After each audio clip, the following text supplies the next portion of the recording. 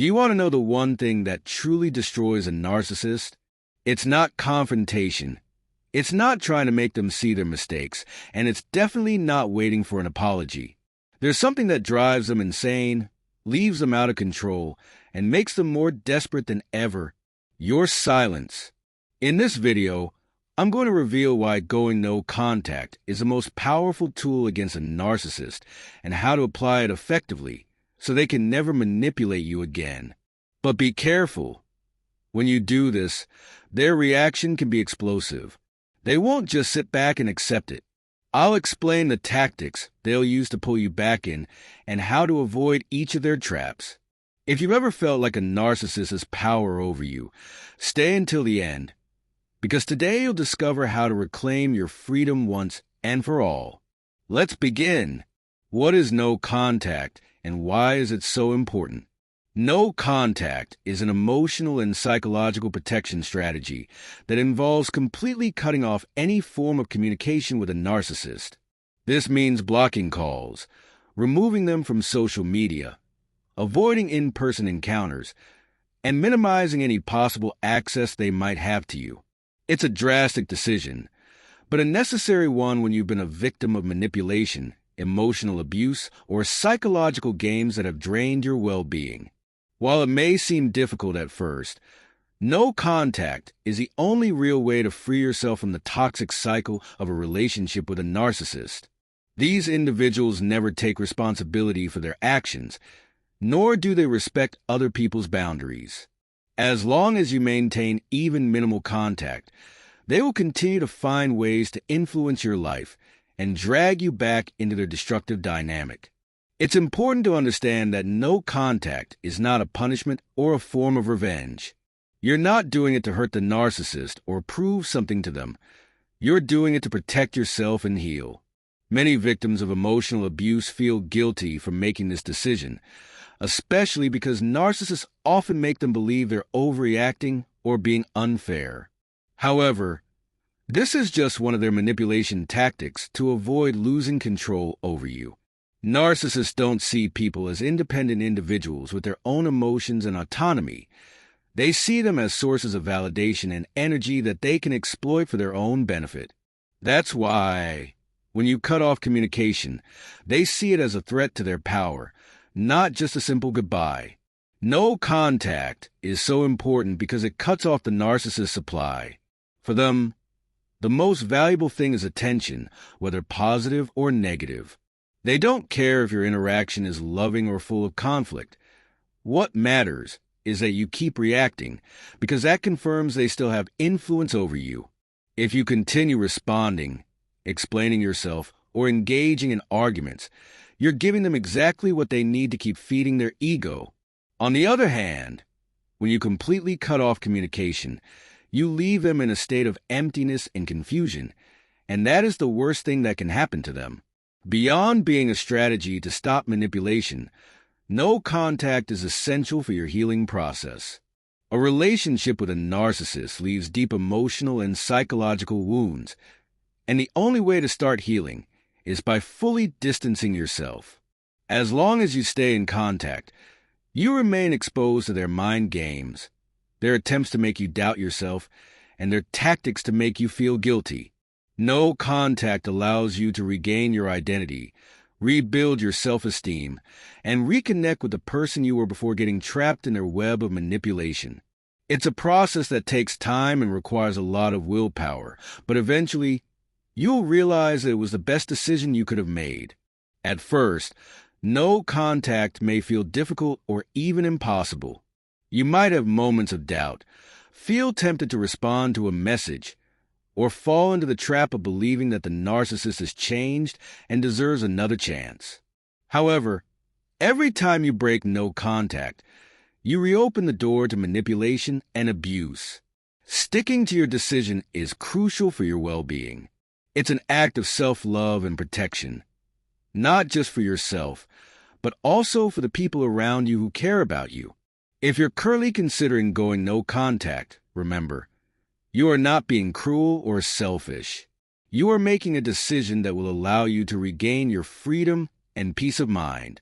The narcissist's reactions to no contact. When you decide to go no contact with a narcissist, you need to be prepared for their reaction.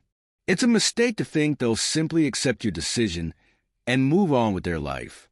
A narcissist does not see people as autonomous beings with the right to set boundaries. They see them as sources of validation and control. For them, having someone walk away without their permission is unacceptable. Their sense of superiority prevents them from accepting that they have been rejected, and they will do whatever it takes to regain control. That's why their reactions can range from desperation and victimhood to rage and aggression. Each narcissist is different, but most go through several phases in their attempts to make you break no contact. At first, the narcissist will experience anxiety and fear. Their entire self-worth depends on external validation, whether positive or negative. Without someone admiring them, fearing them, or even hating them, their sense of identity feels threatened. When you cut off contact, you leave them without their usual supply, and they enter a state of uncertainty. They start wondering, what are they doing? Have they found someone else? Do they still think about me? Have they actually forgotten me? This anxiety might lead them to subtle attempts at contact, like sending an innocent-sounding message, "I just thought of you," or even liking a social media post. These might seem harmless, but they're really testing to see if you're still available. If that doesn't work, they'll move on to the next phase: irritation and anger. A narcissist believes they own your attention, even after treating you terribly. In their mind, you're the one being unfair by walking away, because narcissists believe that normal rules don't apply to them. At this stage, they might try insults and provocation to get a reaction from you. Passive-aggressive social media posts aimed at making you feel guilty. Talking badly about you to mutual friends to get you to engage. Their goal isn't necessarily to hurt you, but to get you to interact. For a narcissist, even a heated argument is better than silence, because it means they still have control over your emotions. If anger doesn't work, they'll switch to emotional manipulation. At this point, they might pretend to be victims. "I miss you. I've changed. I need your help." Invent a crisis, illness, financial problems, or even threats of self-harm. Use mutual friends or family to guilt-trip you into reconnecting. This phase is dangerous because it plays on your empathy, but it's important to remember, this is a trap designed to pull you back into their toxic cycle. Finally, if all else fails, they might react with indifference and devaluation. They might post pictures with new partners to make you jealous. Exaggerate how great their life is without you. Claim they never cared about you anyway. This doesn't mean they've moved on. It's just their ego defense mechanism. The fact that they ever put on this act proves that no contact was the right decision. At the end of the day, no contact is the best way to break free.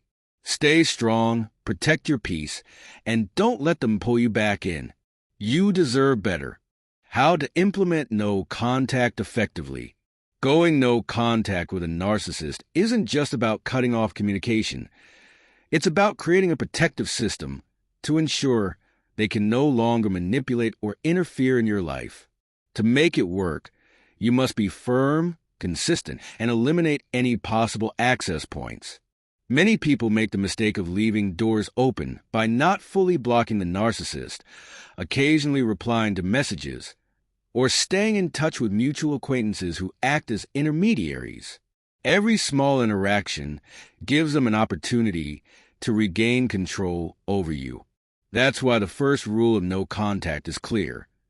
Cut off all communication channels, block their number, remove them from social media, ignore indirect attempts to reach you, and avoid places where you might run into them.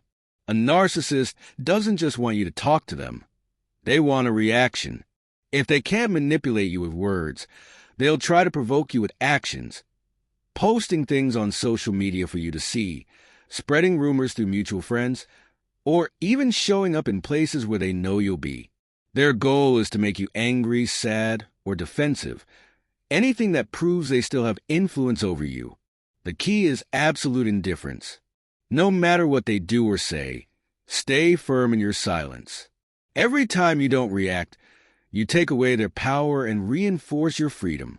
Holding on to old messages, photos, or keepsakes can make you vulnerable to moments of weakness, where nostalgia convinces you that it wasn't that bad. Narcissists know this and may try to reappear right when they sense you're emotionally vulnerable. To prevent this, delete conversations, store photos somewhere out of reach, and get rid of objects that remind you of the good moments in the relationship. Nostalgia is a dangerous trap when trying to break free from a toxic bond. The narcissist will try to make you doubt yourself, feel guilty, and believe you're the problem. Having trusted people remind you why you made this decision will make a huge difference in your recovery. Talking about your experience helps you process emotions and resist the temptation to go back. If you need extra support, consider working with a therapist specialized in narcissistic abuse. It can be an invaluable resource. Even if you block the narcissist and cut communication, if you're still thinking about them constantly, checking their social media, asking others about their life, then you're still emotionally tied to them. Truly breaking free means focusing on your healing, rebuilding your self-esteem, and rediscovering who you are without their toxic influence. With time, you'll realize that no contact is not just a protection strategy. It's the first step toward a freer, healthier, and more peaceful life. What if children are involved? When children are involved, going completely no contact with a narcissist can seem impossible. Many people believe that co-parenting means being forced to interact with their ex forever, accepting a lifetime of manipulation, control, and emotional abuse. However, while the situation is more complex, it doesn't mean you can't set firm boundaries to protect yourself and your children. In these cases, the best approach is low contact, a strategy that reduces communication to the absolute minimum and keeps it strictly controlled, ensuring that the narcissist has no access to your personal life or emotions. It's not easy, but it's the most effective way to stop the abuse from continuing to impact you and your children. The first step in low contact is establishing strict boundaries in communication. Everything discussed should be strictly related to the children, nothing more. Avoid personal conversations. Don't engage in arguments and never respond to provocations. A great strategy is to keep all communication in writing, whether through email or messaging apps. This creates a record of everything said and prevents verbal manipulation. It also gives you time to think before responding, rather than reacting emotionally in the moment.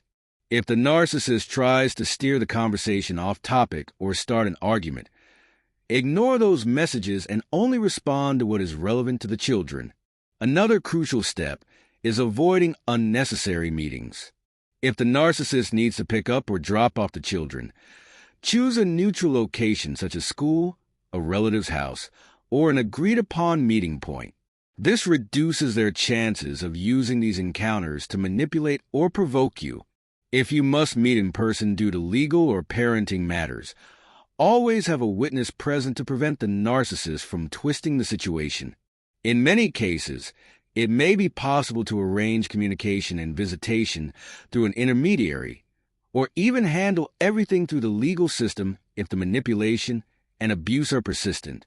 One of the most common tactics narcissists use is turning the children into messengers, speaking badly about you in front of them, or trying to turn them against you.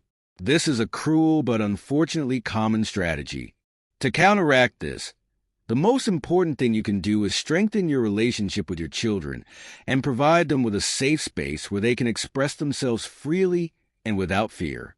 Never put them in the middle of the conflict or speak badly about their other parent, but teach them to recognize manipulative behavior and reassure them that they are not responsible for adult problems.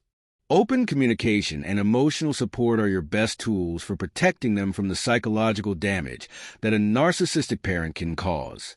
If the narcissist continues to cross boundaries and uses co-parenting as an excuse to keep manipulating you, legal action may be necessary.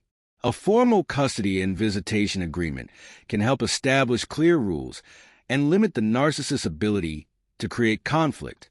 In more extreme cases, where there is emotional abuse or potential harm to the children, you can request measures such as supervised visitation or even restricted contact.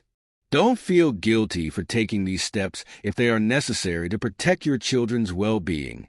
Even if you can't completely cut off contact, you can minimize it and ensure that it no longer disrupts your life or your children's. Setting firm boundaries, seeking support, and prioritizing your well-being will help you regain your peace and protect your family. It's not easy, but with determination, limits, and the right support, it is absolutely possible to break free and create a healthier future. When low contact is not enough, there are times when, despite setting low contact with a narcissist, they continue to manipulate, harass, or interfere in your life. Some narcissists refuse to respect boundaries, use children as tools of control, violate custody agreements, and continue their abuse in covert ways. When this happens, it's time to consider stronger measures to protect your emotional well-being and that of your children. This isn't about overreacting or seeking revenge. It's about recognizing that some people will never respect boundaries unless they are forced to. If the narcissist in your life keeps crossing the line, it's a clear sign that low contact is not enough and you need to take firmer action. One of the biggest issues with maintaining any level of contact with a narcissist is that they don't see relationships as a space for mutual respect, but as a power struggle. If you set boundaries and they ignore them, it's because they still feel in control. They may send unnecessary messages, find excuses to see you, manipulate the children to get a reaction, or even make veiled threats to instill fear. When this happens repeatedly, you can't allow it to continue, because each interaction fuels their ego and their ability to harm you. With a persistent narcissist, low contact can become just another way for them to keep pressure on you. If you've already tried setting clear boundaries and the narcissist keeps violating them, it's time to consider legal solutions. A formal custody and visitation agreement can establish clear rules that limit contact to the bare minimum. When a court steps in and sets specific terms, the narcissist loses their ability to manipulate the situation as easily. This doesn't mean they'll stop trying, but it does give you legal backing to avoid falling into their traps. If you decide to take this route, document everything: invasive behaviors, inappropriate messages, and manipulative tactics. These records will be crucial if you need to request stricter measures in the future. What if a legal agreement isn't enough?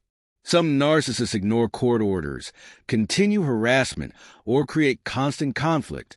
If this happens, you may need to seek stricter legal measures, such as supervised visitation to ensure they don't use parenting time for manipulation, a third party to handle communication so you don't have to interact directly, restraining orders or protective measures if threats or psychological abuse escalate.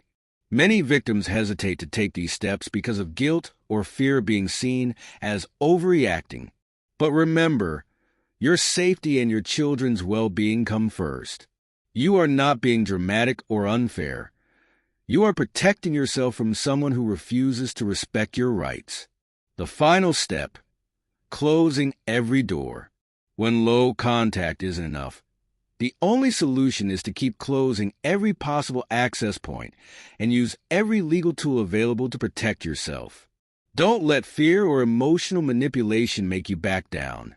A narcissist will never change, but you can change how much power they have over your life. Taking stronger measures doesn't mean you're still in a battle with them. It means you finally realize that your peace and security are far more important than maintaining a functional relationship with someone who only seeks control. Eventually, the narcissist will realize they no longer have power over you and will move on to find a new source of attention. Until that happens, stay firm, because every boundary you set is a step closer to freedom. Conclusion: deciding to go no contact with a narcissist or even reducing interaction to the minimum when children are involved is an act of courage. It's not easy, it's not instant, and the narcissist will not accept it without a fight. Every tactic they use to try to get back into your life is proof of how much power you've given them in the past and how terrified they are of losing it. But here's the key. Their power over you only exists if you continue feeding it. Every message you answer, every argument you engage in, every emotional reaction you show, it's a small victory for them. True freedom begins when you realize that you don't owe them explanations. You don't have to prove anything, and most importantly, you don't need them to understand you. They never will. Because your well-being has never been their priority, only their control over you. No contact is not just a way to keep a narcissist out of your life. It's a deep process of rebuilding yourself, a chance to reconnect with who you are after being broken by manipulation and abuse. It's a journey of healing that takes time, but one that will eventually bring you clarity you never had before. At first, it's normal to feel fear, guilt, or doubt. You might wonder if you're making the right decision or if you're overreacting. But the real question isn't whether the narcissist deserves no contact. It's whether you deserve peace, stability, and a life free from manipulation. And the answer will always be yes. Many people who haven't experienced narcissistic abuse won't understand your process. You'll hear things like, just ignore them, be stronger, or why don't you just move on? But narcissistic abuse isn't something you just walk away from overnight. It's a trauma that rewires your mind, makes you doubt yourself, and leaves invisible scars. That's why it's so important to surround yourself with people who truly understand, who won't minimize your experience, and who will remind you that you're not crazy, you're not weak, and you never deserve what happened to you. So today, I want to leave you with a thought. What if you started living for yourself, instead of trying to prove something to someone else? What if you stopped justifying your decisions and seeking validation from someone who only brought you pain? What if, for the first time in a long time, you chose your peace over any attempt at reconciliation, explanation, or understanding? The answer to those questions is your freedom, and no contact is the door that will take you there. Now, I want to hear from you. Have you tried going no contact with a narcissist? What has your experience been like? What challenges have you faced? And what have you learned? Share your story in the comments. Your experience could help someone else who is on the same journey today.